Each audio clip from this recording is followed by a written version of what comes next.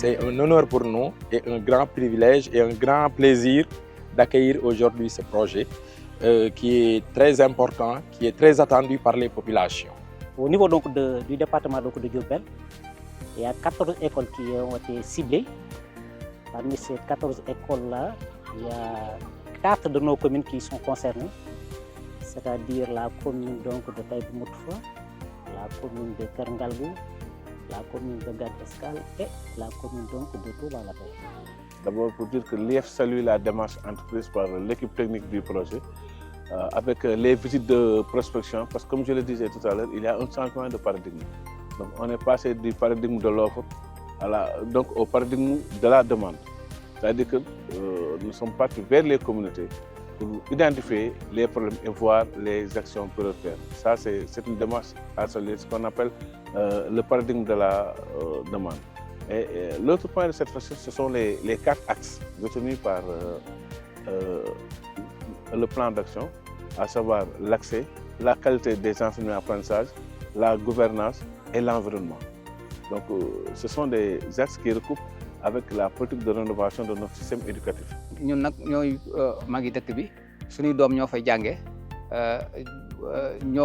kenn waruñu cee jiitu war nañ cee jàpp bu baax gunge ci projet bu baax ci sunu taxawaay ci sunu man-man ci sunu xalaat ci sunu am-am. Parfois dans les écoles de brousse, c'est pas tout à fait évident. Parfois il y a des manques, parfois il y a certains défis aussi à surmonter dans nos écoles. Parfois vous trouvez des écoles sans clôture, parfois vous trouvez des écoles avec des abris provisoires.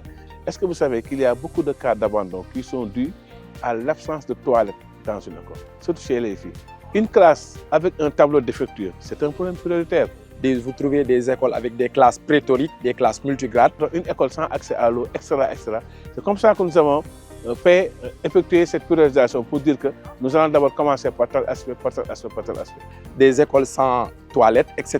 De manière générale, il y a une appréciation positive qui s'est dégagée de la part de tous les acteurs.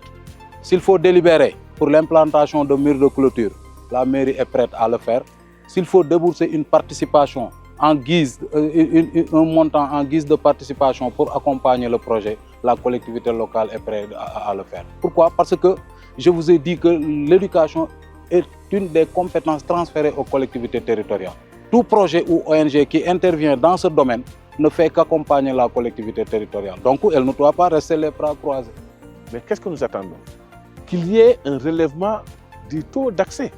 loolu dañ ciy sant bu baax di leen ci gën di leen ñaanal yàlla mi nga xam ne moo man taxaw mu taxaw leen ba si ngeen yéene ci askan wi ngeen matal ko.